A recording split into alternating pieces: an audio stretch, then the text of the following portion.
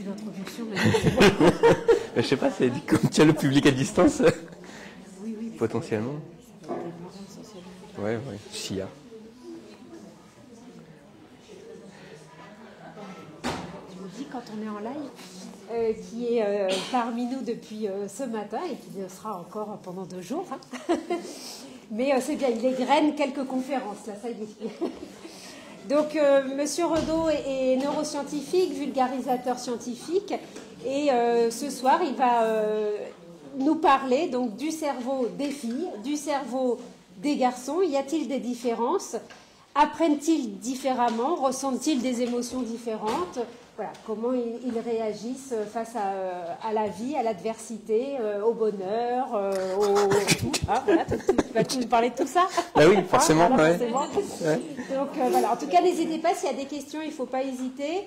De même que nous suivrons les questions du Facebook Live. Donc nous sommes en Facebook Live, hein, pour ceux qui ne le savaient pas. Sur quelle page en Facebook? Alors, sur INSPE Polynésie. Voilà, donc vous pourrez également suivre cette conférence en retransmission différée puisqu'elle sera enregistrée. Voilà. Bonne conférence et encore merci. Merci, merci à toi. Merci d'être encore là, à cette heure-là. Tu as dit 1 heure, mais je crois que c'est 1h30. Hein. Hormis si tu me dis non, c'est 1 heure. Voilà, ok. Donc, ok, oui, oui. Sur cette conférence, plus que sur toutes les autres, notamment parce qu'on est dans cette salle et qu'on est en comité beaucoup plus restreint, l'interaction va être hyper importante. Donc l'idée, elle a été conçue de manière différente de mes autres interventions de la journée. L'idée, c'est d'être un peu plus léger sur tout un tas de questions avant de s'attaquer vraiment à ça. Est-ce qu'ils apprennent de manière différente? Mais déjà se poser la question de savoir, est-ce qu'il... C'est moi, c'est bon, on m'entend. Est-ce qu'il y a des différences au niveau cérébral entre les hommes et les femmes? Puis ensuite, on ira jusqu'à la problématique des apprentissages. C'est cool. Dis-moi. Si vous avez assisté déjà à une ou deux des conférences que j'ai faites, je le reprécise encore une fois parce que je pense que c'est important de toujours bien dire et redire que je ne suis pas l'expert sur ces questions. Qu'on soit bien d'accord, je ne suis pas la personne qui est derrière toutes les études que je vais mentionner. J'ai une formation de neuroscientifique, mais je ne suis pas le chercheur qui vient vous parler de ces sujets de recherche. Je suis le vulgarisateur scientifique qui fait le lien entre des travaux scientifiques sur ces questions-là. Des résultats, un sujet que j'ai pas mal creusé, mais néanmoins, l'idée c'est de mettre tout ça en discussion.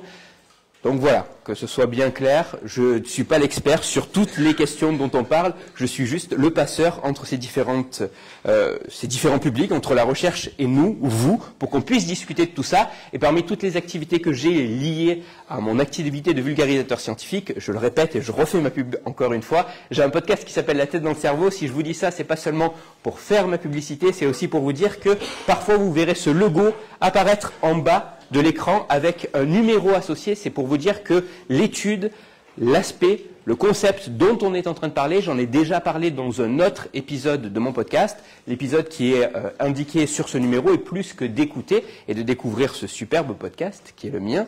Vous pouvez surtout, et c'est ça ma démarche et ce aussi pourquoi je partage tout ça, c'est parce que chaque épisode de mon podcast est associé à un article sur mon blog qui liste toutes les sources scientifiques que j'utilise pour pouvoir dire ce que je dis.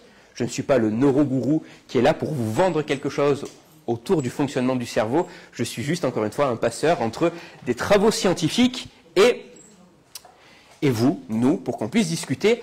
Et on va discuter notamment de cette question à la fois très intéressante, mais aussi un peu touchy. Surtout quand je vois qu'il y a majoritairement des femmes dans cette salle et que je suis un homme, la question qu'on va se poser, c'est est-ce qu'il y a des différences au niveau cérébral entre les hommes et les femmes? Grande question. Et avant de rentrer dans le vif du sujet, laissez-moi vous présenter ce monsieur. Ce monsieur s'appelait Paul Broca, un chercheur éminent, neuroscientifique, neurophysiologiste avant que ce terme n'existe, médecin, il s'est intéressé à tout un tas de choses, et notamment, il est connu parce que dans les années 1860, il a suivi un patient qui avait une atteinte bien particulière, un patient qui se présente à lui, un patient qui avait la particularité de ne pouvoir prononcer qu'un son bien particulier, tant. Il n'était capable de prononcer qu'un seul son. Ce son, c'était tant, qu'il répétait souvent 2 fois, ce pourquoi on l'a surnommé Monsieur Tantan. Ce scientifique, ce médecin s'est intéressé, s'est demandé qu'est-ce qui pouvait se passer au niveau de son cerveau pour qu'il ait ce trouble bien particulier. Et donc, après son décès, ce médecin a récupéré son cerveau et il a pu mettre en évidence qu'il y avait une région de son cerveau qui était lésée, vraisemblablement à la suite d'un accident vasculaire cérébral, une région qui semblait particulièrement importante pour la production du langage parlé, une aire qu'on a nommée l'aire de Broca. Donc, quelqu'un qui fait toujours, dont les travaux sont encore reconnus aujourd'hui, dans une certaine mesure, et c'est pour ça que son nom existe toujours. Pourquoi est-ce que je vous parle de ce personnage? Je vous ai brossé le portrait de ce personnage pour vous parler d'une conférence qu'il a donnée en 1961 devant la Société française d'anthropologie, où il tient le discours suivant, un discours que je vous laisse découvrir. Lors de ce discours, Paul Broca dit que les femmes, la femme étant plus petite que l'homme, et le poids du cerveau variant avec la taille, on s'est demandé si la petitesse du cerveau de la femme ne dépendait pas exclusivement de la petitesse de son corps. Bon, il n'avait pas vu les femmes de taille.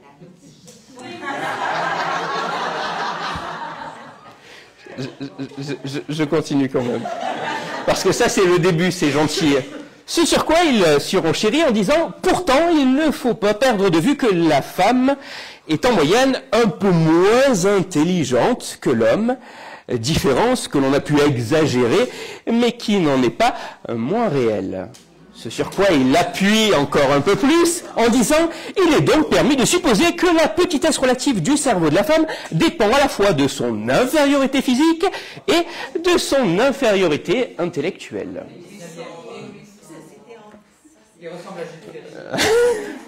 La question qu'on va se poser, c'est est-ce que Paul Broca avait raison?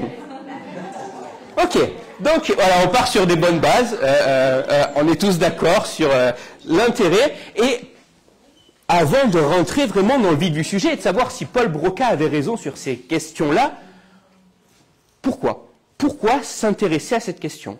Pourquoi est-ce que, d'un point de vue très pragmatique, il peut être intéressant et important de s'intéresser à savoir si, au niveau cérébral, il y a des différences entre les hommes et les femmes? Comment? Oui, mais pourquoi? Pourquoi faire ça? Pour les études, c'est-à-dire, vous me parlez de cursus scolaire? Ok. Et donc, dans quelle optique? Pourquoi est-ce que les filles réussissent moins bien en mathématiques que les garçons? Ok, d'accord. Elles n'ont pas accès, comme elles n'ont pas accès à certaines études, elles n'ont pas accès à certains postes dans la société. Ouais, donc, est-ce que ça aurait, tout ceci aurait un ancrage cérébral? Ouais. Justifier des décisions politiques? Ah. Ouais.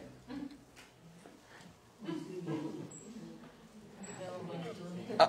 Comprendre certaines réactions qui peuvent peut-être être différentes d'un sexe à l'autre. Ouais.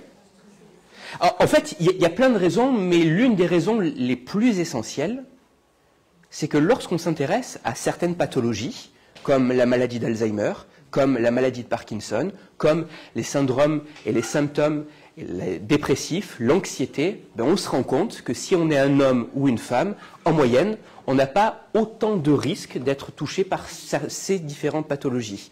En moyenne, 55% des personnes qui sont diagnostiquées de la maladie d'Alzheimer sont des femmes. Les hommes sont bien plus touchés que les femmes par la maladie de Parkinson. Et les femmes ont plus de risques de souffrir de dépression ou de troubles anxieux. Autant de pathologies qui touchent directement le cerveau. Donc on peut se dire que s'il y a des différences de prévalence dans l'apparition de ces pathologies qui touchent le cerveau, et que ces pathologies touchent le cerveau plus d'hommes ou plus de femmes, c'est que peut-être il y a des choses, des éléments particuliers au niveau du cerveau en moyenne des hommes et des femmes qui peuvent expliquer ça. Et donc, c'est particulièrement intéressant de pousser les choses et d'essayer de voir ce qui se passe en réalité derrière tout ça. Et c'est ce pourquoi on peut avoir une certaine source de motivation à se dire, ok, est-ce qu'il y a des différences? Mais déjà, comment est-ce qu'on dissocie un homme d'une femme? Ok, c'est quoi le sexe?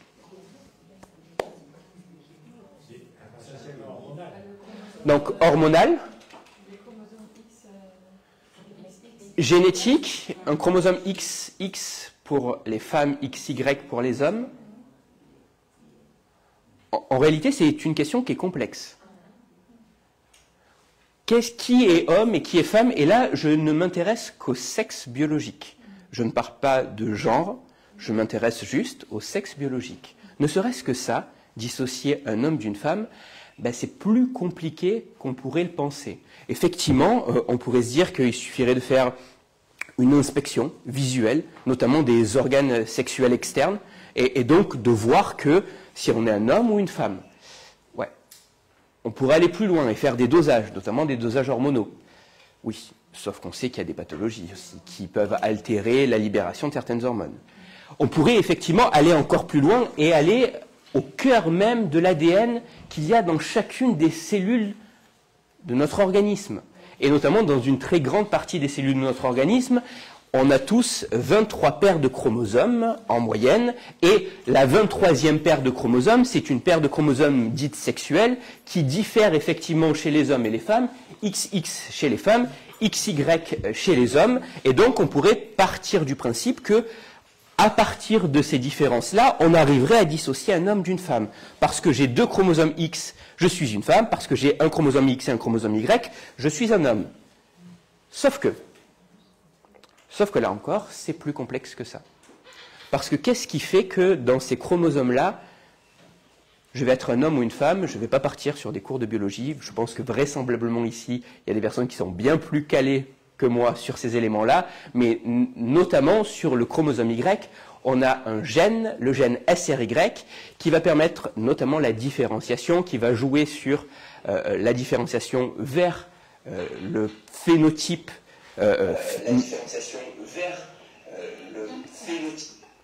masculin, et donc ça peut jouer, mais ce dont on se rend compte, c'est que ce gène-là, il existe certaines mutations génétiques qui font que, dans une certaine mesure, il est possible d'avoir des personnes qui ont un chromosome XY et qui pourtant ont des phénotypes de femmes, et des personnes qui ont 2 chromosomes X et qui pourtant ont des phénotypes d'hommes. Comment? Ce gène SRY peut se retrouver inactivé sur un chromosome Y, et donc physiquement la personne va ressembler à une femme, alors que là, ce chromosome, ce gène SRY peut se retrouver transloqué et donc se retrouver à venir se greffer sur un chromosome Y. Donc on peut avoir, sur un chromosome X, et on peut avoir des personnes qui sont XX et qui pourtant ont des phénotypes d'hommes. Et ça va même encore plus loin, parce que là, c'est le cas basique, mais en réalité, il y a des personnes qui ont un seul chromosome X, voire même 3 chromosomes X. Il y a des personnes qui ont des hommes, phénotype homme, qui sont XXY, ou XYY, ou XXYY. Alors, on est vraiment sur des cas qui sont à la marge, mais oui, ça existe. Donc, juste cette simple question, qu'est-ce qui est un homme, qu'est-ce qui est une femme? En réalité, même si on s'arrête sur une dissociation du sexe biologique, on se rend compte que c'est quand même assez complexe. Et lorsqu'on veut faire des études pour essayer de dissocier un homme d'une femme, jusqu'à quel point on pousse les choses pour savoir si les personnes qu'on catégorise dans un bloc homme ou dans un bloc femme sont bien des hommes ou sont bien des femmes.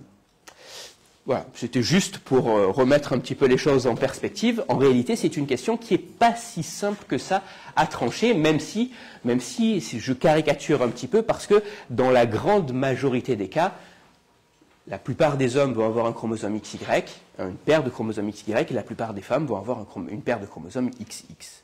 Mais donc, on peut s'intéresser à tout ça. On peut s'intéresser à tout ça et voir à différents niveaux s'il y a des différences en moyenne entre les hommes et les femmes. On l'a dit, au niveau génétique, notamment avec cette paire de chromosomes XY, oui, il y a des différences en moyenne au niveau cellulaire entre les hommes et les femmes. Que ces cellules, elles soient au niveau de notre cœur, de nos poumons, mais aussi de notre cerveau. Si je fais un karyotype et que je regarde les paires de chromosomes qui sont dans les noyaux de mes neurones, ben oui, je ne vais pas avoir la même paire de chromosomes sexuels si je suis un homme ou si je suis une femme. Donc oui, au niveau génétique, il y a des différences. Au niveau physiologique, hormonal, ben là encore, oui, il va y avoir des différences sur tout un tas d'aspects différents, notamment sur l'aspect hormonal. Je pense que oui, c'est assez communément admis que si on a un homme ou une femme, on ne va pas avoir le même type, ou en tout cas dans la même proportion d'hormones sexuelles. Œstrogène pour les femmes en très grande quantité, plus grande que chez les hommes en tout cas, et testostérone en plus grande quantité chez les hommes par rapport aux femmes. Donc, oui, il y a des différences au niveau physiologique, au niveau hormonal, et ces hormones, ben, en fait, elles ne se limitent pas au corps sans toucher le cerveau. On va avoir une imprégnation de ces hormones au niveau du cerveau. Donc, de là à imaginer qu'il n'y aurait pas de différence entre les hommes et les femmes, ben, on voit qu'au niveau génétique, au niveau physiologique, au niveau hormonal, oui, il existe bien des différences qu'on peut retrouver au sein des cellules, des différences entre les hommes et les femmes. Mais jusqu'où on peut aller? Une fois qu'on a dit qu'il y avait des différences au niveau physiologique, au niveau hormonal, au niveau génétique, est-ce qu'il y a des différences aussi au niveau de la structure du cerveau?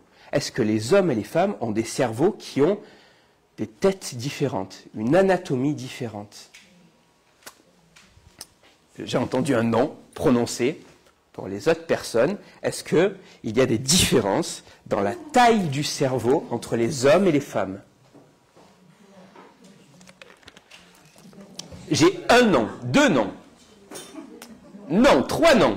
Qui dit mieux?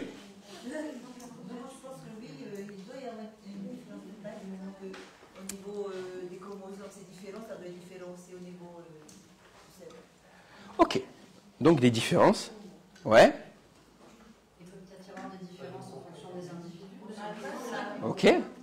Mais là, le truc, c'est qu'on s'intéresse à des groupes d'hommes et des groupes de femmes. Parce que l'idée, c'est toujours de se renvoyer à cette idée que s'il y a des pathologies qui touchent différemment en moyenne les hommes et les femmes, ben c'est que peut-être au niveau du groupe homme et du groupe femme, il y a peut-être effectivement des différences, mais on en viendra et c'est une question qui est très intéressante. Qu'en est-il ensuite au niveau individuel? Oui. On parle à la naissance, parce que si le cerveau évolue au fur et à mesure, ça dépend de plein de facteurs. Et du coup, le cerveau peut être différent entre un homme et une femme adulte, mais être identique entre un bébé enfant, un bébé femme et un bébé garçon. Ok. Ben, je ne sais pas, je vous laisse vous exprimer. C'est intéressant de savoir s'il y a des différences qu'on observe à tous les âges de la vie. Est-ce qu'il y a des différences qui sont plus exacerbées au bout d'un certain temps, au moment de la naissance? Ok. Peut-être des différences de taille de zone. Peut-être des différences de taille de zone. Ok. C'est intéressant et je vais peut-être briser... Comment? On ne parle pas du contenu du cerveau. Là, je parle du volume du cerveau, de la taille. Est-ce que les hommes ont un plus gros cerveau que les femmes, comme le soutenait Paul Broca? En moyenne, les femmes ont un volume cérébral plus petit que celui des hommes. En moyenne, les femmes ont un volume cérébral de 1070 cm3, alors que les hommes ont un volume cérébral de 1230 cm3. Ok, en moyenne, mais effectivement, très bonne remarque, en moyenne, la corpulence des hommes et des femmes n'est pas la même. Et en moyenne, les hommes ont une plus grande corpulence que les femmes. En moyenne, au niveau à l'échelle de l'humanité, les hommes vont avoir une plus grande corpulence. Mais néanmoins, la question qu'on peut se poser, c'est est-ce qu'il y a un simple lien de proportionnalité? Est-ce que c'est juste parce que les hommes ont une plus grande corpulence en moyenne qu'ils ont un cerveau plus volumineux? Et donc, il est intéressant de comparer les deux et de ramener à taille égale chez des hommes et des femmes et de voir s'il y a toujours des différences au niveau du volume cérébral. Et la réponse est oui. Il existe toujours des différences, il n'y a pas un simple lien de proportionnalité. Je vais vous montrer un résultat qui est très intéressant, qui montre la différence du volume cérébral au cours de la vie, en moyenne, si on est une femme ou si on est un homme. Donc là, vous avez le volume cérébral, et là, vous avez l'âge de la vie. La flèche indique le moment de la vie au cours duquel les individus en moyenne atteignent leur volume cérébral maximal. Parce que oui, le volume de notre cerveau évolue tout au long de notre vie. Et là, dans cette étude, ils se sont intéressés à l'évolution de ce volume cérébral et à ce moment où le volume cérébral est maximal. Ce qu'on voit, c'est deux résultats intéressants. Le premier résultat, c'est que oui, il y a des dynamiques différentes. En moyenne, le volume cérébral des femmes et des hommes est effectivement différent. Et la deuxième chose, c'est que ce volume cérébral maximal est atteint à des âges différents. C'est que donc, vraisemblablement, il y a des choses différentes en moyenne qui se passent chez les hommes et chez les femmes en moyenne. Et on va même aller plus loin, parce que si on observe ces résultats présentés de manière différente, mais cette fois-ci en regardant les différences non plus à l'échelle de moyenne, mais là vous avez des points qui représentent différents individus, ben on voit que même si c'est assez disparate parce que ce sont des moyennes, oui, il existe quand même une différence qui tente à montrer que le volume cérébral maximal des hommes reste au-dessus du volume cérébral maximal des femmes, peu importe les individus, c'est quelque chose qui se dessine. Et si on revient sur ce qui se passe à l'échelle de régions bien particulières, on observe aussi des différences. Oui, en moyenne, certaines régions cérébrales vont être plus volumineuses si on est un homme, moins volumineuses si on est une femme, et à l'inverse, d'autres régions cérébrales vont être plus volumineuses si on est une femme et moins volumineuses si on est un homme en moyenne. Ici, vous avez une représentation de ça. Vous avez la différence, la différence de taille entre les sexes, et là, le nombre de régions cérébrales. Et il y a des régions cérébrales pour lesquelles on va avoir des différences de taille qui vont donner un avantage aux hommes, un avantage aux femmes. Donc oui, en moyenne, toutes les régions cérébrales ne vont pas être impactées de la même façon, avoir un volume cérébral plus important si on est un homme ou si on est une femme. Ok. Oui. Excuse-moi, c'est peut-être une question bête, hein, mais en fait, moi ce qui m'intéresse, c'est à l'âge de bébé, quand l'enfant naît. Il a la même taille de cerveau quand c'est un garçon. Alors là, on commence à 7 ans. Et oui, c'est pour ça. On commence à 7 ans, mais si on extrapolait ces courbes, on verrait qu'il y a quand même des différences. Ouais. Le volume, il évolue en fonction de quoi? En fonction des apprentissages. On est capable d'évaluer qu'il y a une grosse évolution en fonction des stimuli extérieurs, de ce qui se passe dans la vie, de les apprentissages et tout ça. Il y a tout un tas de choses qui se passent dans ces premières années de la vie, et notamment, il va y avoir un foisonnement synaptique, des connexions qui sont un petit peu dans tous les sens, puis ensuite on va avoir un élagage qui va permettre de sélectionner les bons réseaux, les bonnes connexions, celles qui ont un réel intérêt par rapport à l'environnement dans lequel on est. Mais ce qu'on voit, c'est que, initialement, chez des bébés, quasiment dès la naissance, on peut observer des différences de volume cérébral en moyenne chez les garçons et les filles, et les garçons vont avoir un volume cérébral plus important. Ok. Premier résultat, oui, en moyenne, les hommes ont un volume cérébral plus important que les femmes. Mais la question est, est-ce que avoir un plus gros organe permet de faire des meilleures choses? La question qu'on peut se poser, c'est est-ce que plus j'ai un gros cerveau, plus j'ai un gros QI?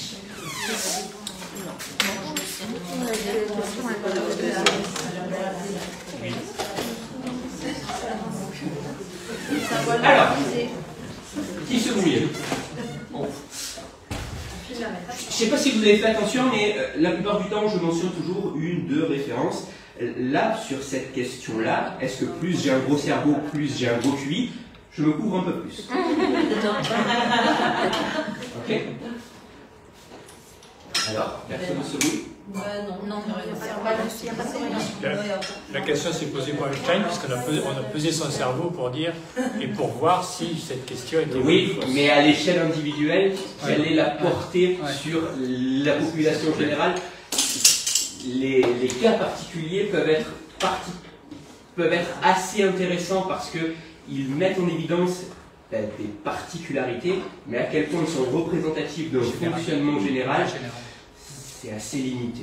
Mais oui, à l'échelle d'une population, lorsqu'il est question de moyenne, si en moyenne le volume cérébral des hommes est plus élevé que les femmes, ça n'est que des moyennes, et si je devais évaluer le volume cérébral de chacune des personnes ici, vraisemblablement il y aurait des femmes qui auraient des volumes cérébraux plus importants que certains hommes dans cette salle. C'est juste une échelle de moyenne, c'est juste une fois qu'on rapporte ça à la statistique, oui, il y a des différences.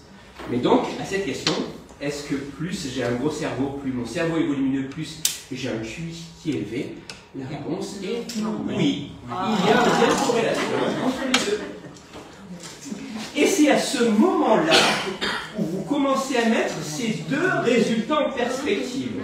Le premier résultat où je vous disais qu'en moyenne, les hommes ont un cerveau plus volumineux que les femmes. Et le deuxième résultat où je vous dis, en moyenne, plus on a un cerveau volumineux, plus on a un QI élevé. Donc, la question, est-ce que... Tu continues ou pas ta conférence?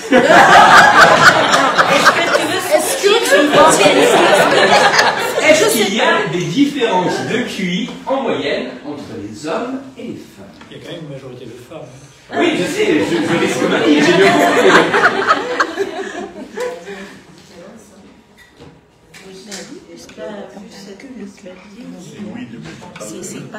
Et la réponse est non. Heureusement pour moi, non. Ok, pourquoi, comment est-ce qu'on explique tout ça?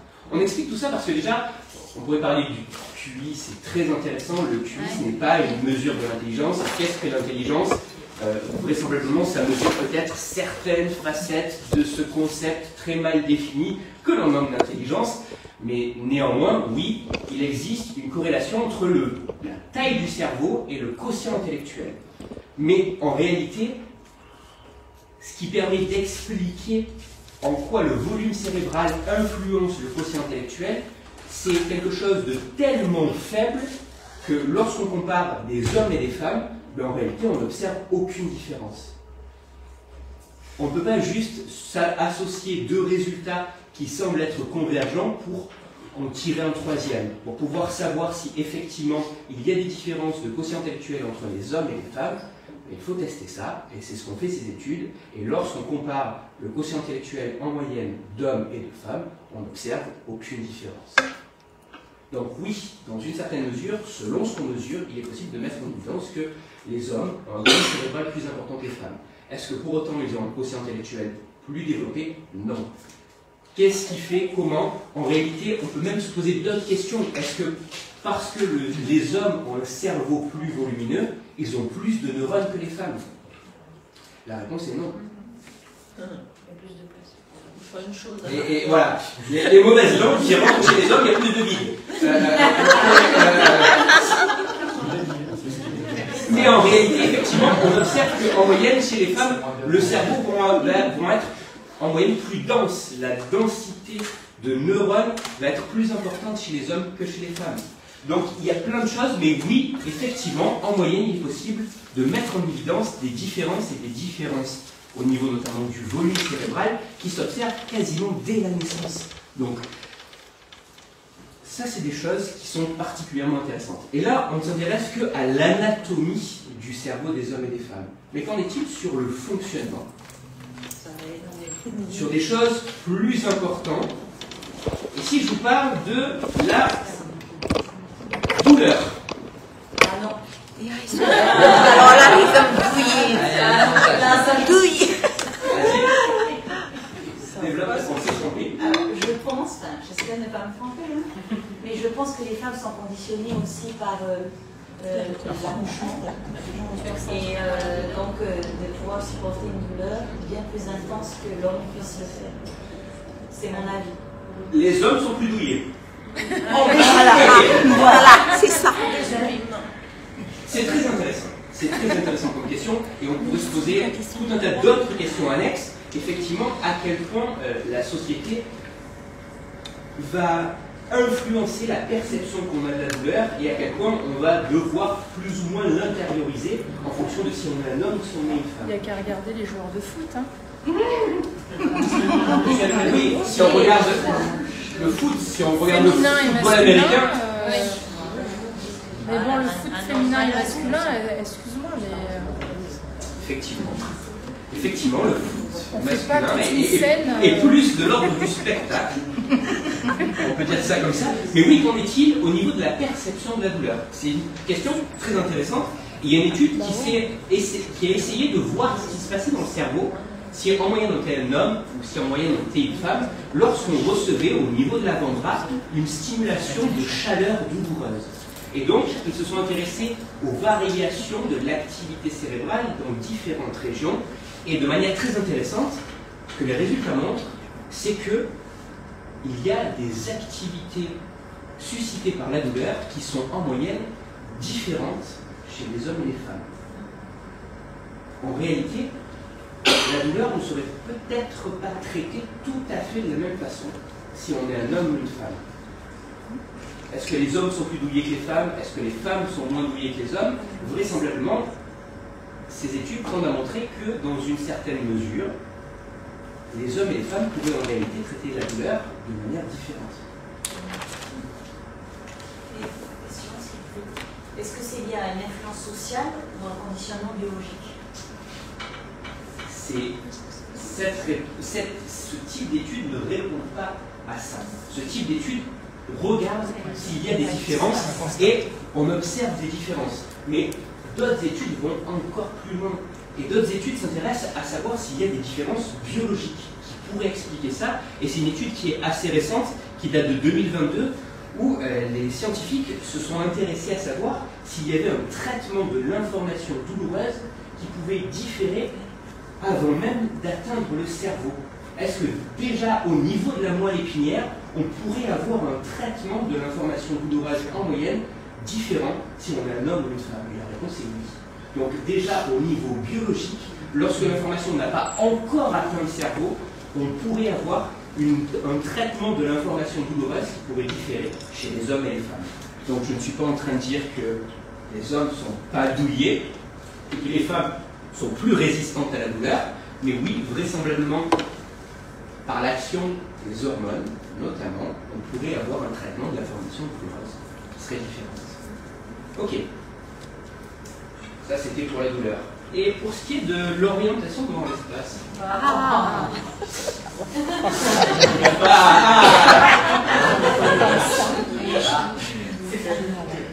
y a des idées reçues après, c'est ça. Oui. Est-ce que ça ne dépend pas d'un entraînement aussi? On peut poser cette question de l'entraînement. Est-ce que les hommes et les femmes sont entraînés à faire le même type de tâches tout au long de leur vie? Et donc, est-ce que ça finit pas par se retrouver sur les performances? Est-ce que les attentes et les stéréotypes qu'il y a dans une société n'influencent pas, elles aussi, les performances? On va y venir. Mais oui, il est possible d'étudier ça. Et une manière d'étudier ça, c'est d'utiliser un des tests qui peut notamment être utilisé dans la batterie des tests permettant d'évaluer le quotient intellectuel. C'est un test qui est assez simple, un test que l'on nomme d'orientation spatiale. On vous propose une figure géométrique dans l'espace. Une figure géométrique dans l'espace qui est la figure de référence. Et à partir de cette figure géométrique dans l'espace de référence, on vous propose 4 autres figures. La tâche des participants est de dire, parmi ces 4 nouvelles figures, quelles sont celles qui sont identiques à la première, mais avec une orientation dans l'espace différente. Ah bon. La 2. La 3. Toutes. Non. C'est on dirait que c'est tout. Non, pas tout. La 5. La 5. Allez, j'ai eu la 2, la 3, la 5, toutes. Dites-moi, la 4, aucune, on aura fait toutes les possibilités. La 5. Moi, c'est la 5. 5 et 2. Moi aussi. Je préfère le dire tout de suite, là, comme ça, ce simple test, fait-là tous ensemble, dans cette salle, n'est prédictif d'absolument rien. Ok? Je vous ai dit que ça pouvait être utilisé dans la batterie des tests permettant d'évaluer le quotient intellectuel.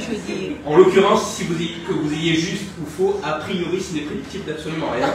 Mais effectivement, ici, il s'agit de la figure 2 et de la figure 5. Lorsqu'on fait passer ce type de test en moyenne à des hommes et à des femmes, on observe que les hommes réussissent mieux que les femmes. Je vous ai parlé de l'orientation dans l'espace quand même. On est quand même assez loin de savoir si on arrive à retrouver notre chemin dans une ville à partir de ce type de test. Et pourtant, la plupart du temps, lorsqu'on dit qu'il y a des différences en moyenne dans l'orientation dans l'espace pour les hommes et les femmes, on s'appuie sur ce type de résultat, sur ce type de tâche. Ce qui est intéressant de vous montrer, c'est que lorsqu'on fait faire ce même type de test, mais cette fois-ci en reprenant un peu plus de hauteur et en utilisant pas seulement un papier et un crayon, mais en utilisant des écrans ou de la réalité virtuelle, il n'y a plus de différence. Pourquoi est-ce que je vous parle de ça? Pour vous montrer que certaines des différences qu'on peut observer, en moyenne chez les hommes ou chez les femmes, c'est des différences qui s'observent dans certains cas bien particuliers. Et c'est pas parce que je les observe dans un cas bien particulier qui est l'orientation d'une figure géométrique dans l'espace avec un papier et un crayon, que ça veut dire pour autant que l'ensemble des femmes ont de moins bonnes performances, peu importe les tâches de navigation dans l'espace. Toujours garder en tête que lorsqu'on nous propose, lorsqu'on nous donne les résultats d'une étude scientifique, c'est à partir d'un protocole particulier lorsqu'on fait passer une tâche particulière. Ça, c'est ce qui est de l'orientation dans l'espace. On voit que c'est mitigé, mais lorsqu'on se rapproche d'une réalité un peu plus tangible de ce qu'est l'orientation dans l'espace, on n'observe plus vraiment de différence. Pour ce qui est des multitâches, j'ai abordé légèrement tout à l'heure dans cette idée que super pouvoir pareil. Il n'y en a pas. Est-ce qu'il y a des différences? Est-ce que les hommes et les femmes sont plus multitâches d'un côté ou de l'autre? Comment est-ce qu'on étudie ça? On étudie ça notamment avec une tâche qui est extrêmement simple. Vous faites venir des participants au laboratoire et vous les mettez face à un écran d'ordinateur, sauf que cet écran d'ordinateur est scindé en deux. Il y a donc deux demi-écrans et sur ces demi-écrans, il peut apparaître deux choses. Il va apparaître deux choses. Il va apparaître à la fois une figure géométrique, soit un losange, soit un carré, et à l'intérieur de cette figure géométrique, il va apparaître à chaque fois des points, soit 2 points, soit 3 points. La tâche des participants est la suivante. Si la figure géométrique avec les points apparaît dans l'écran du haut, les participants doivent nommer le nom de la figure. Si cette même figure géométrique avec ses points apparaît dans l'écran du bas, ils doivent non pas nommer la figure géométrique, mais dénombrer le nombre de points. On vous met dans une espèce de double tâche, en fait, une alternance de tâches extrêmement rapide, et on observe quelles sont les différences en moyenne chez les hommes et chez les femmes. Les résultats montrent qu'en moyenne, que ce soit un homme ou une femme, on ne peut pas faire deux tâches cognitives complexes en même temps. Mais là, ce que cette tâche essaie d'évaluer, c'est à quel point on peut passer rapidement d'une tâche à une autre, et dans quelle mesure on peut faire des erreurs. Ce que ces résultats montrent, c'est qu'en moyenne, les femmes passent d'une tâche à une autre en 1100 millisecondes. Les hommes passent d'une tâche à une autre en 1400 millisecondes. En moyenne, les femmes font 6,6% d'erreurs. En moyenne, les hommes font 7,6% d'erreurs. Des différences faibles, mais qui pourtant sont significatives. En moyenne, les femmes semblent pouvoir passer plus rapidement d'une tâche à une autre, elles ne sont pas pour autant multitâches, et elles font moins d'erreurs. Mais effectivement, comme tu dis, c'est limité à cette tâche-là. Parce que lorsque d'autres scientifiques essayent de pousser un peu plus loin et essayent de voir ce qui se passe dans des tâches du quotidien, comme notamment devoir organiser son planning de la semaine pendant qu'on est obligé de répondre à des coups de fil où on nous pose des questions, donc de réelles tâches qu'on peut rencontrer dans la vie professionnelle, dans la vie de tous les jours, ben là, lorsqu'on est plus proche de la réalité de ce qui se passe dans la vie de tous les jours, il n'y a plus de différence. Oui, dans une certaine mesure, il est possible de mettre en évidence des différences lorsqu'on fait passer certains tests dans certaines conditions, mais ça ne veut pas dire pour autant qu'on peut généraliser à tout. Les femmes ne sont pas plus rapides, peu importe la tâche qu'elles ont à réaliser, ne font pas moins d'erreurs, peu importe la tâche qu'elles ont à réaliser. Dans certains cas, oui. Dans d'autres cas, il n'y a pas de différence en moyenne entre les hommes et les femmes. Qu'en est-il de la parole? Oui. Que des sujets qui fâchent. Tu voulais dire quelque chose? Je me réserve pour la suite. Est-ce que les femmes sont pipelettes? Ah non.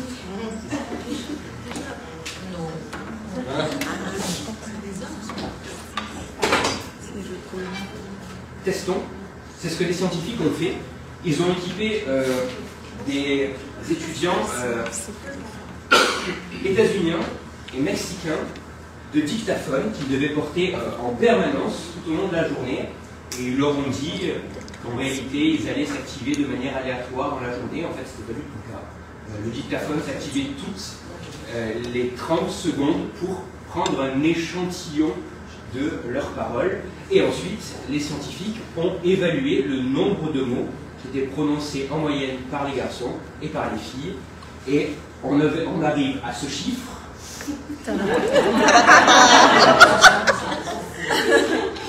Ce chiffre de 1569 mots, 15 669 mots en moyenne par les hommes par jour et 16 215 mots en moyenne pour les femmes.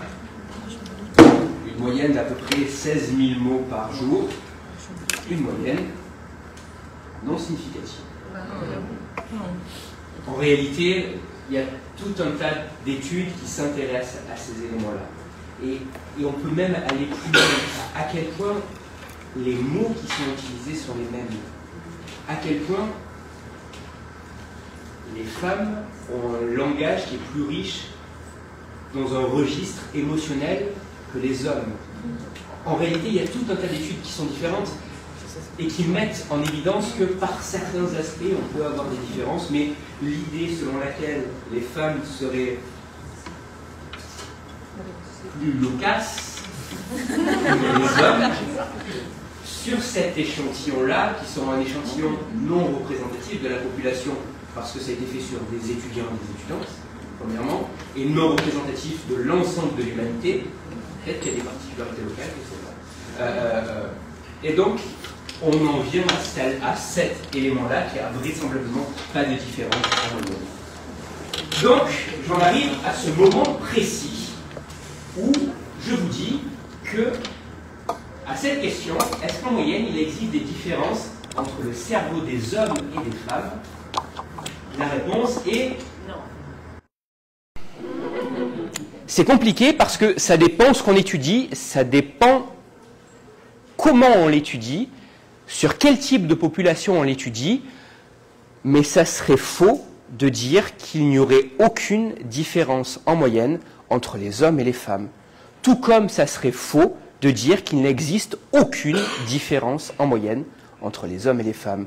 On est sur l'idée d'un neuromythe là. Le neuromythe serait de dire qu'il n'y a que des différences, et le neuromythe serait aussi de dire qu'il n'y a aucune différence. Oui, bien sûr qu'il y a des différences, et des différences que l'on a vues. La question que maintenant on va se poser, c'est d'où viennent ces différences? Est-ce que c'est des différences que l'on pourrait maladroitement dire innées, des différences qui prennent leurs racines sur des différences liées à la génétique, à la biologie, la physiologie, au niveau hormonal? Est-ce que, au contraire, ce sont des différences à l'environnement, qui sont dues à l'environnement? Est-ce que toutes les différences que l'on observe ne sont-elles pas dues au simple fait de deux choses? La première chose, c'est que notre cerveau a une capacité qui s'appelle la plasticité cérébrale, qui fait que, peu importe qui on est, notre cerveau va garder une trace des expériences que l'on va vivre, et que, deuxièmement, quand on est dans une société qui ne traite pas tout à fait de la même manière les hommes et les femmes, est-ce qu'il n'est pas logique de finir par trouver qu'effectivement il y a des différences cérébrales, puisque le cerveau s'adapte à cet environnement, et si on ne traite pas les hommes et les femmes de la même manière, ce n'est pas illogique qu'on finisse par observer des différences. Parce que oui, c'est la question qu'on va se poser, et cette question qui est en sous-titre, apprennent-ils de manière différente?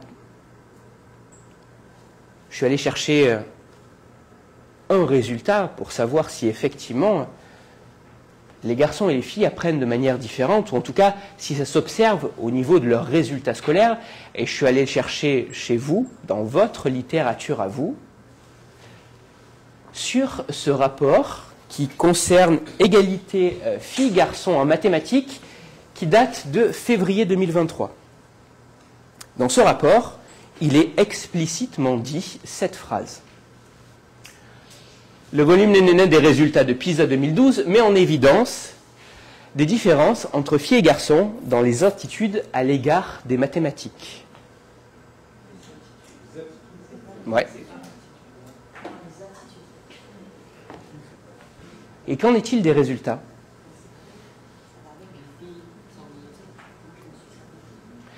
Est-ce que les filles sont moins bonnes en mathématiques que les garçons? Non, mais on le croit. C'est-à-dire non. On n'observe aucune différence? Oui, les attitudes, d'accord, et sur les performances.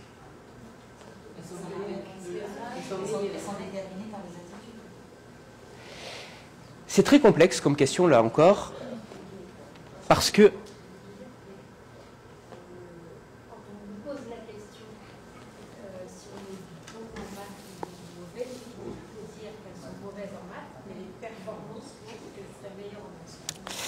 c'est là où c'est compliqué. C'est là où c'est extrêmement compliqué, parce que ça dépend en partie notamment de l'âge. Lorsqu'on observe des performances, et effectivement, c'est des choses que l'on observe au niveau statistique, en études de mathématiques et scientifiques, à haut niveau, on va se retrouver avec, en moyenne, moins de femmes que d'hommes. C'est un simple constat.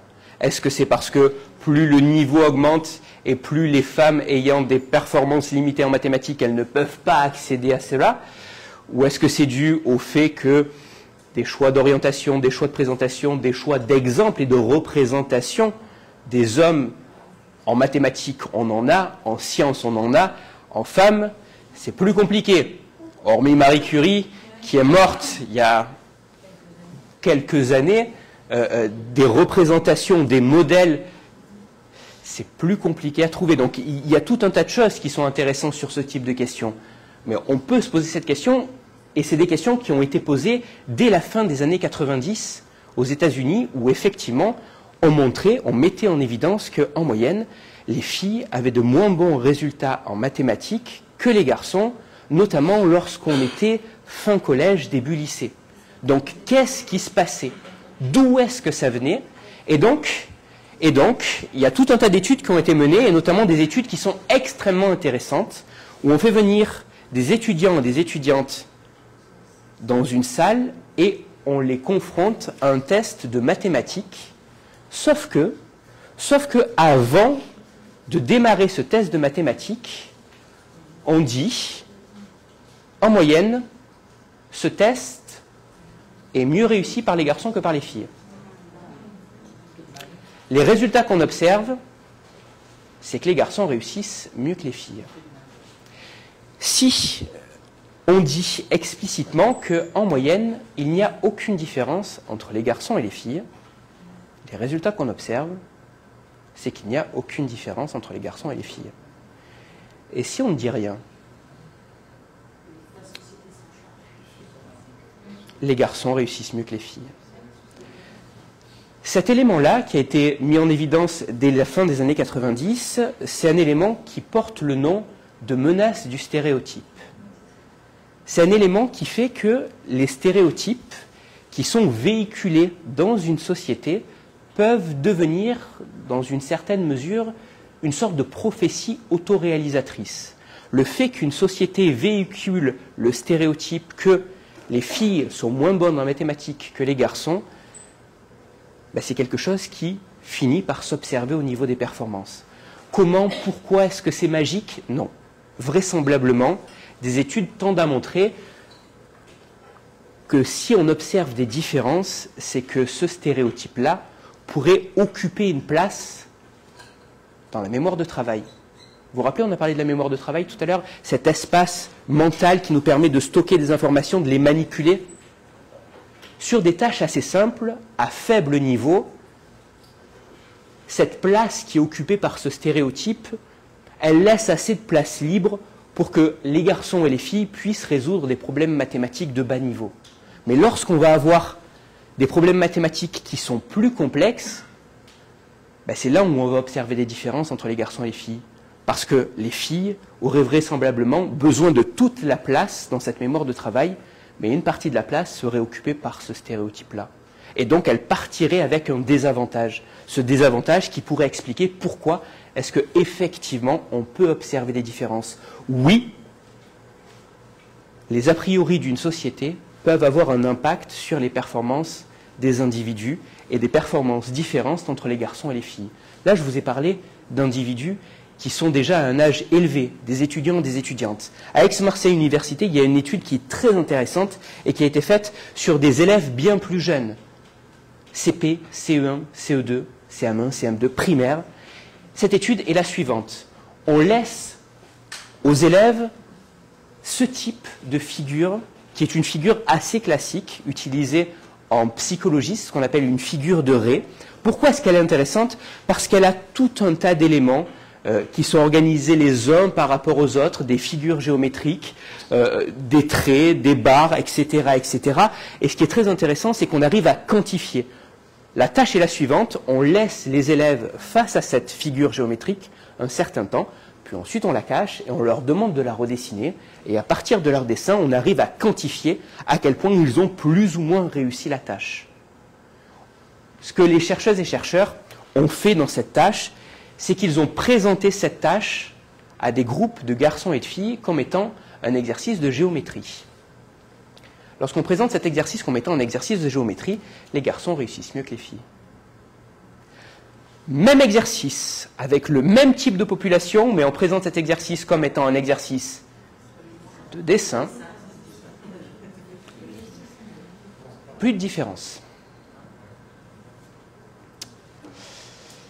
Est-ce que les garçons et les filles apprennent de manière différente? C'est compliqué, mais vraisemblablement, les mécanismes d'apprentissage qui sont présents et qui sont dévolus à la mémorisation, à la compréhension, sont vraisemblablement, dans les grandes lignes, identiques en moyenne chez les garçons et chez les filles. Mais est-ce que des éléments présents dans notre environnement peuvent avoir un impact sur les performances des garçons et des filles? Vraisemblablement, oui. Donc, à cette question, d'où viennent les différences en moyenne que l'on observe chez les garçons et les filles? Une partie de ces différences viennent de cet environnement, de toutes les choses que l'on vit et qui font que les garçons et les filles ne sont pas traités tout à fait de la même façon. Mais est-ce que pour autant, toutes les différences que l'on observe ne sont que des différences qui sont dues à ces éléments environnementaux? Est-ce qu'il y a des différences que l'on peut observer dans certaines performances qui pourraient être liées seulement à la biologie, ce qu'on appellerait anciennement et improprement l'inné? Est-ce qu'on est aussi avec des différences qui font que sur certains types de tâches, on observera des différences en moyenne entre les filles et les garçons? Et la réponse est oui. Il y a des différences qui peuvent s'observer à un très jeune âge, à un âge où vraisemblablement les stéréotypes de genre, les stéréotypes de sexe biologique, moins bons en mathématiques les garçons que les filles, n'ont pas d'impact sur un âge aussi faible. Sur la tâche que je vous ai montrée tout à l'heure, cette tâche d'orientation dans l'espace, on observe des différences en moyenne dès 3 mois. Donc vraisemblablement, ce n'est pas juste un effet de l'environnement et du fait qu'on dit qu'en moyenne, les femmes s'orientent moins bien dans l'espace que les hommes, qui font que les filles, les petites filles de seulement 3 mois ont de moins bons résultats que les petits garçons de seulement 3 mois. Donc oui, vraisemblablement, il y a des différences. Et on va même plus loin parce que des études montrent qu'au niveau de la connectivité cérébrale, à quel point des régions de notre cerveau se mettent à communiquer les unes avec les autres, cette connectivité cérébrale, il peut y avoir des différences en moyenne, et ça, dès la vie intra-utérine.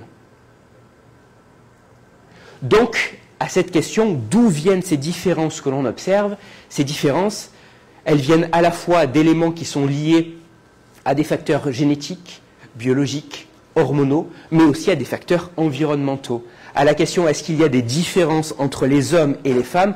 La réponse est oui, en moyenne. Est-ce qu'il n'y a que des différences? La réponse est non. Est-ce qu'il n'y a aucune différence? La réponse est aussi non. Oui, il y a des différences. Ces différences peuvent s'expliquer à la fois par des éléments liés à l'inné et des éléments liés à l'acquis.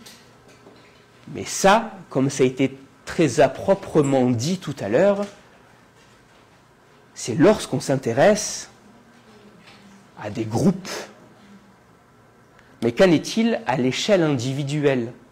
Lorsque je m'intéresse à un seul garçon et à une seule fille, est-ce qu'il est possible de mettre en évidence des différences à l'échelle individuelle entre les garçons et les filles?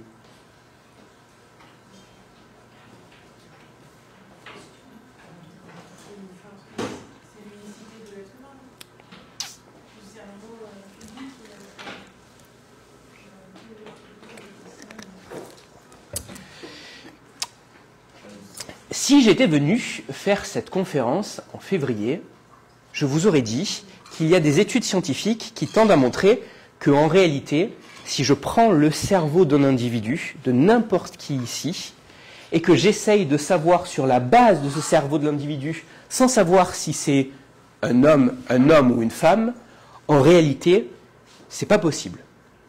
À l'échelle individuelle, il n'est pas possible de mettre en évidence si un cerveau pris de manière isolée appartient à un homme ou une femme. En réalité, des études ont montré que parmi toutes les différences entre ce cerveau caricatural moyen homme et ce cerveau caricatural moyen femme, en réalité, chaque individu est un patchwork sur ce gradient entre le caricatural homme et le caricatural femme. Chacun de nous se situe quelque part sur ce gradient-là, mais à l'échelle individuelle, il n'est pas possible de mettre en évidence si un cerveau appartient à un homme ou une femme. Ça, c'est le résultat que je vous aurais partagé si j'étais venu en février vous faire cette conférence. Parce que depuis, il y a eu de nouveaux résultats. Et un résultat qui est très intéressant, qui a été publié dans la revue PNAS, où ce que les scientifiques ont fait, c'est qu'ils ont utilisé un algorithme, ils ont entraîné un programme à essayer de lire et de catégoriser à partir de l'activité cérébrale si un cerveau appartenait à un homme ou une femme. Ils ont pris un échantillon d'individus, 800 individus. Sur ces 800 individus, ils ont fait des échantillonnages de l'activité, de la connectivité cérébrale et de comment cette connectivité cérébrale évolue dans le temps. Et ils ont entraîné le programme en lui permettant d'associer ce type d'activité, c'est un homme, ce type d'activité, c'est une femme. On lui donnait toujours l'information et la réponse pour l'entraîner, pour qu'il puisse essayer de trouver une signature au niveau biologique, dans cette connectivité cérébrale qui pourrait être propre à identifier si on est un homme ou une femme. Et ensuite, ils ont utilisé 200 autres individus pour tester ça, pour voir si effectivement le programme avait bien appris quelque chose. Ça, c'était juste la phase d'apprentissage. Ensuite, ils ont retesté ce programme sur des données des mêmes individus, mais à d'autres moments de leur vie. Donc on prend les mêmes 1000 individus qui ont permis au programme d'apprendre à catégoriser hommes, femmes, mais ces 1000 individus ont fait le même type de mesures, mais ces mesures, c'est à des moments différents de leur vie, et on rebalance ça dans le programme pour savoir si le programme est capable d'identifier chez ces mêmes individus, mais plus tard dans leur vie, si c'est des hommes ou des femmes. À plus de 90%, le programme est capable de dire à l'échelle individuelle, à partir de l'activité cérébrale, si c'est un homme ou une femme. Et c'est aussi vrai, oui, c'est du machine learning. Et c'est aussi vrai, c'est ce qui est très intéressant avec cette étude, c'est qu'ils ont essayé de répliquer ça sur des populations et sur des individus sur lesquels le programme ne s'était jamais entraîné. Et même sur des protocoles où ce n'était pas tout à fait la même machine IRM qui avait fait les mesures et les acquisitions, et où le protocole d'acquisition n'était pas tout à fait le même.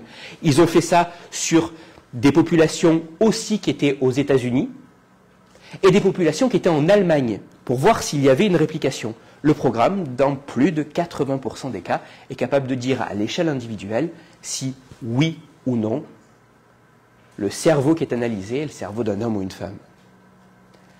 Est-ce qu'il y a des différences? Oui. De quel ordre sont ces différences? Ça dépend ce qu'on mesure. D'où viennent ces différences? De l'inné et de l'acquis. Et donc, la question que je vous ai posée, lorsque Paul Broca nous dit « La femme étant plus petite que l'homme et le poids du cerveau variant avec la taille, on s'est demandé si la petitesse du cerveau de la femme ne dépendait pas exclusivement de la petitesse de son corps. Pourtant, il ne faut pas perdre de vue que la femme est en moyenne un peu moins intelligente que l'homme, différence qu'on a pu exagérer, mais qui n'en est pas moins réelle. Il est donc permis de supposer que la petitesse relative du cerveau de la femme dépend à la fois de son infériorité physique et de son infériorité intellectuelle. La question que je vous posais, c'est est-ce que Paul Broca avait raison? Vraisemblablement. Vraisemblablement.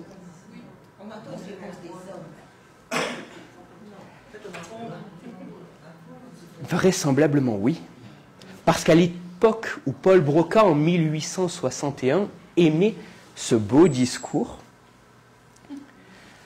la situation de l'inégalité entre les hommes et les femmes, la possibilité aux femmes d'accéder à des études est encore plus creusée qu'à l'heure d'aujourd'hui. Donc lorsqu'il fait ce constat-là, c'est peut-être un constat qui correspond à une réalité de l'époque. Ce que je veux vous dire, c'est que c'était vrai, ça l'est moins aujourd'hui, mais par certains aspects, ça l'est toujours autant. Oui, une société, les croyances d'une société, la manière dont une société traite de manière différente les hommes et les femmes, va avoir un impact sur les performances de ces hommes et ces femmes. À la question cerveau garçon, cerveau fille, apprennent-ils de manière différente? Vraisemblablement non. Est-ce qu'ils vont avoir des performances différentes? Vraisemblablement oui. Et il est de notre ressort, de notre énergie, à essayer d'abattre ces différences, parce que une très grande partie de ces différences sur les performances que l'on observe sont dues à la représentation que l'on a dans une société. Donc c'est à nous, collectivement, de faire avancer cette représentation pour essayer de gommer, en tout cas, ces différences de performance que l'on observe autour de l'apprentissage, et notamment des mathématiques. Merci.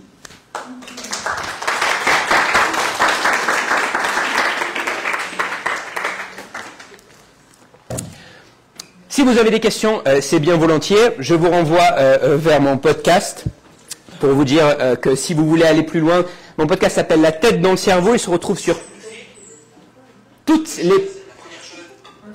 les plateformes de podcast. Il se retrouve aussi sur YouTube.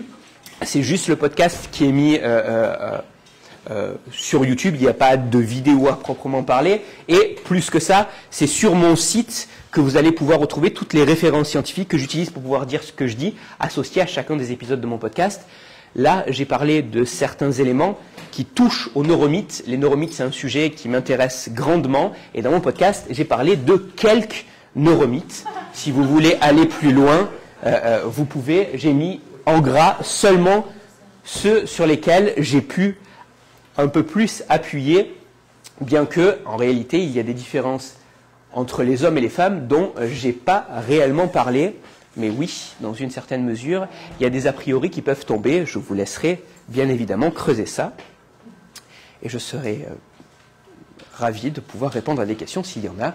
Sinon, je vous laisserai vaquer à vos occupations et pas trop empiéter sur la conférence qui suit. Mais je vois qu'il y a une question et c'est bien volontiers. Est-ce qu'il y a, pour les enfants et même adultes après HPI, est-ce qu'il y a des études qui ont été faites sur la taille du cerveau? Alors, HPI. Sur quoi est-ce qu'on s'appuie? Oui. Alors, voilà. Sur quoi est-ce qu'on s'appuie pour détecter qu'un individu est HPI? Est-ce qu'il a vraiment été diagnostiqué HPI ou est-ce que c'est... Moi, je suis sûr que mon fils est HPI. Ok. Diagnostiqué. Ouais. Comment identifier? C'est quoi en fait HPI? C'est un test, c'est le résultat d'un test. C'est pas une étiquette clinique, quoi. C'est pas une étiquette clinique, effectivement, on n'est pas dans l'ordre de la pathologie. C'est un fonctionnement différent du cerveau, mais est-ce que ces personnes-là ont cette particularité qui dépend uniquement de la façon de fonctionner le cerveau en adolescence, ou est-ce qu'il y a un impact aussi de la taille du cerveau? C'est encore très compliqué parce que derrière ce terme de HPI, même si ce sont des personnes qui peuvent effectivement avoir passé un test de quotient intellectuel, est-ce que déjà ils ont passé un test une fois? Est-ce que c'est un résultat qui est consolidé? Il y a plein de choses en fait, qu'en réalité, derrière ce terme de HPI, il y a beaucoup de fantasmes, et puis HPI, au potentiel intellectuel. Ça met énormément de pression sur tout un tas de choses et ça met en évidence. Donc, ce que je veux dire, c'est que déjà, faire des études qui comparent en moyenne des hommes et des femmes et avoir des groupes homogènes, c'est compliqué. Avoir des groupes homogènes sur HPI, tout en disant que déjà derrière cette étiquette de HPI, il y a une diversité énorme, ça l'est encore plus. Et est-ce qu'il y a de réelles différences sur des groupes homogènes, notamment sur le volume cérébral? C'est compliqué. C'est compliqué. Donc, je ne vais pas m'avancer sur ça parce que, encore une fois, pour pouvoir répondre à cette question, il faudrait qu'on ait des études qui soient représentatives de l'ensemble de la population. Est-ce que toutes les études que l'on fait sont représentatives de l'ensemble de la population humaine? Pas vraiment. Donc, on pourrait dire que, dans certaines mesures, oui, le quotient intellectuel est corrélé à tout un tas d'éléments. Et je l'ai dit, le quotient intellectuel est corrélé au volume cérébral. Donc, a priori, plus j'ai un haut quotient intellectuel, plus, en moyenne, je vais avoir un volume cérébral plus élevé. Donc, si on part juste de cette base-là, vraisemblablement, oui, chez les HPI, on devrait avoir un volume cérébral plus important. Mais ce n'est qu'une question de statistique. Est-ce que parce que j'ai un volume cérébral plus important derrière, il y a un fonctionnement différent? Et fonctionnement différent, ça veut dire quoi?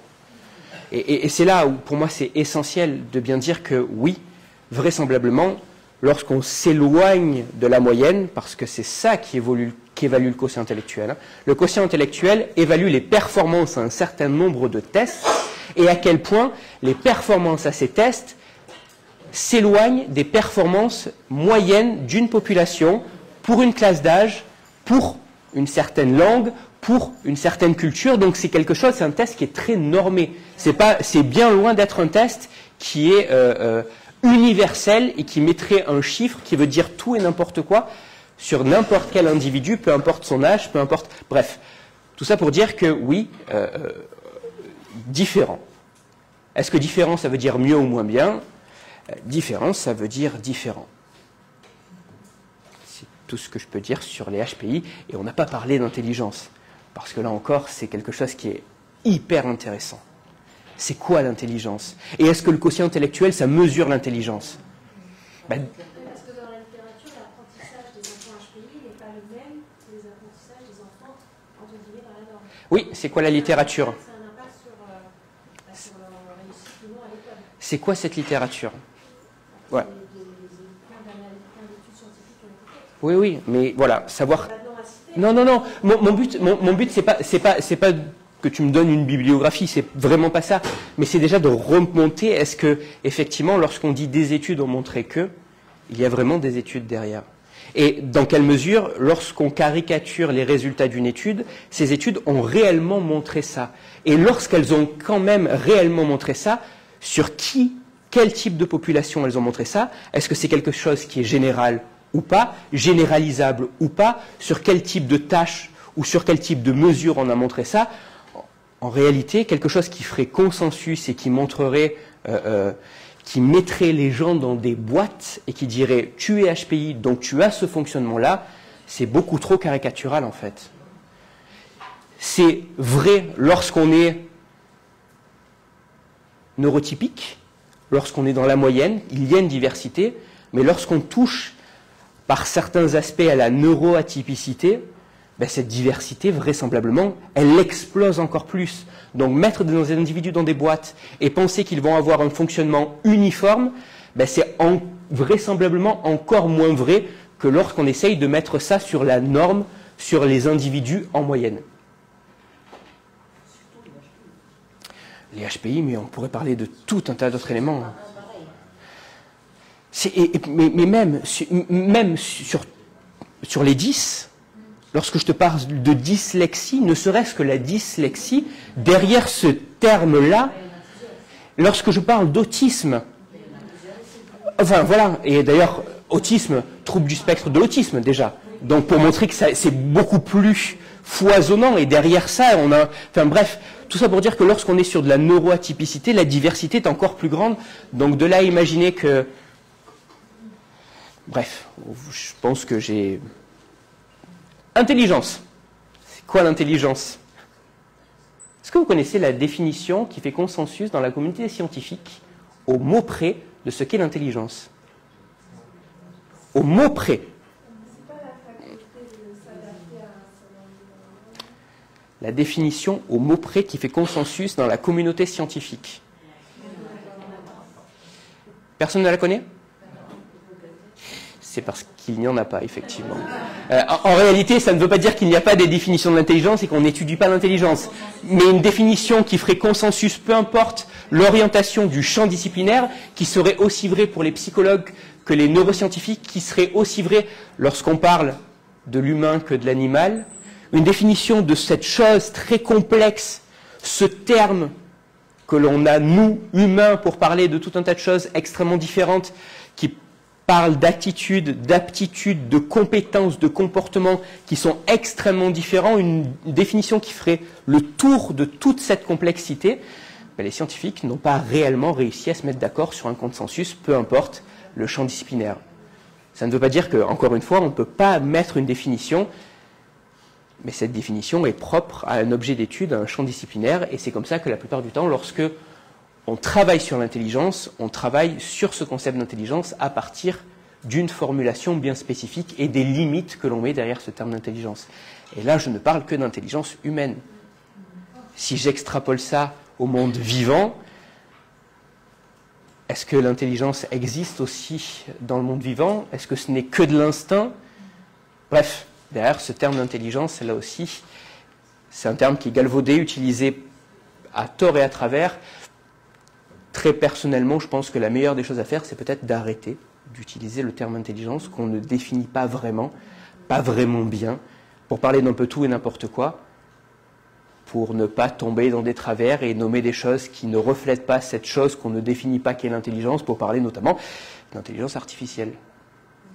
Bref, Utiliser un terme qu'on ne définit pas déjà bien pour nous, lorsqu'on en parle et qu'on l'utilise pour définir un terme qui ne reflète pas tout à fait cette chose qui est l'intelligence qu'on ne définit pas très bien pour nous, mais pour le calquer à quelque chose d'artificiel, voilà, c'est peut-être un peu trop loin.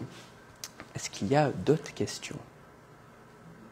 Ou est-ce que vous avez peur, à partir d'une question, à quel point j'ai déblatéré et du coup, vous réservez les questions, c'est fini. Je t'en prie. Une question peut-être rapide finalement.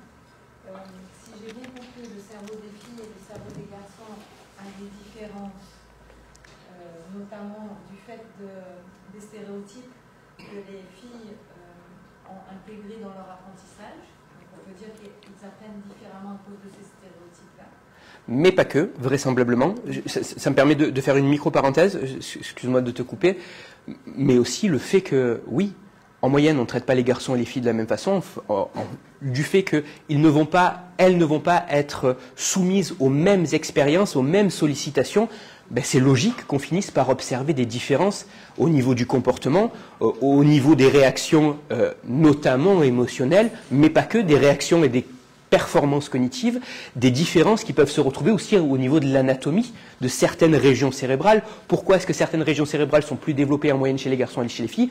Peut-être en partie parce qu'on ne traite pas en moyenne les garçons et les filles de la même façon, et parce que la plasticité cérébrale fait que, en fonction des expériences que l'on vit, ça va marquer mon cerveau. Et donc ça va marquer vraisemblablement le cerveau des garçons et des filles de manière différente. Je ferme la parenthèse. Et du coup, ma question, c'est est-ce qu'on a raison de favoriser le travail en groupe mixte, ou alors les filles dans un groupe de travail mixte, les filles vont pas se mettre en avant et pas aller au plus loin qu'elles le pourraient. Donc est-ce qu'on a raison de favoriser la mixité dans les groupes de travail ou pas? Je vais répondre que c'est complexe. Ben oui, parce que en réalité, ça dépend de tout un tas de choses. Quelle est la tâche que tu vas leur demander de faire? Est-ce que ça a un intérêt? Qu'est-ce que tu fais travailler sur ce point-là? En réalité, une réponse catégorique qui dirait oui ou non, ben, elle serait simpliste, forcément. Dans certaines mesures, peut-être que ça peut être intéressant de jouer sur cette mixité, mais en les mettant dans des conditions et des situations bien particulières. Dans d'autres cas, peut-être pas.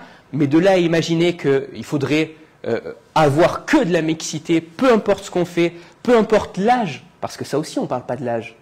Ben oui, lorsqu'on est dans des apprentissages et lorsqu'on fait travailler en groupe, ben c'est pas tout à fait la même chose de faire travailler des groupes de 6-7 ans, de 12-13 ans ou de 16-18 ans. Ben oui, donc une réponse qui serait catégorique et qui dirait oui ou non, peu importe la situation, peu importe l'âge, peu importe ce qu'on va faire, ben en fait ça n'a pas de sens en réalité. Et quelqu'un qui viendrait avec cette position très tranchée, ben, moi je pense qu'il faudrait un peu s'en méfier. Donc une réponse qui est une non-réponse, mais une non-réponse qui est explicitée, qui est appuyée avec des propos qui font un certain sens. C'est bon, je vous ai épuisé? Oui. J'ai pas compris au début que tu disais qu'on parlait d'identité biologique et pas d'identité de genre, mais est-ce qu'il existe des études en fait qui prennent en compte l'opportunité que constitue nos sœurs trans? On a analysé un petit peu la différence homme-femme au niveau du cerveau, incluant toutes les femmes, tous les hommes. C'est très compliqué. Oui, parce que encore une fois, hein, n'y voyez aucun jugement de valeur lorsque je vais dire ça. Lorsqu'on est dans la norme c'est juste la moyenne. Lorsqu'on est dans la moyenne, c'est déjà difficile d'avoir des groupes qui sont des groupes qui ont une certaine homogénéité, Alors lorsqu'on est là, à l'extérieur de cette moyenne, avoir un groupe qui est assez homogène pour en sortir des choses qui soient des éléments qui soient statistiquement solides et parlants, c'est compliqué. C'est vraiment compliqué. Ça ne veut pas dire qu'on n'étudie pas et que ce n'est pas des questions qui sont étudiées, mais là aussi, comment est-ce qu'on identifie le genre d'un individu? Est-ce qu'on le place dans un système de binarité ou pas? bref, il y a tout un tas de questions. Déjà, c'est extrêmement difficile sur une chose qui peut sembler aussi simple que le sexe biologique. Alors le genre et la représentation du genre, c'est encore plus complexe. Encore une fois, une réponse qui est une non-réponse, mais une non-réponse parce que c'est compliqué.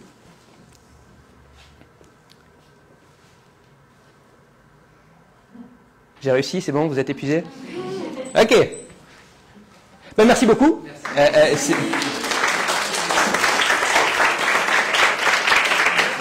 Ça a été un plaisir pour ceux et celles qui seront là demain. Je sais que j'aborderai neuromythes, neuroéducation, biais cognitifs, nudge éducatif. Donc, j'essaye de vous appâter pour ceux qui ont la possibilité et l'envie.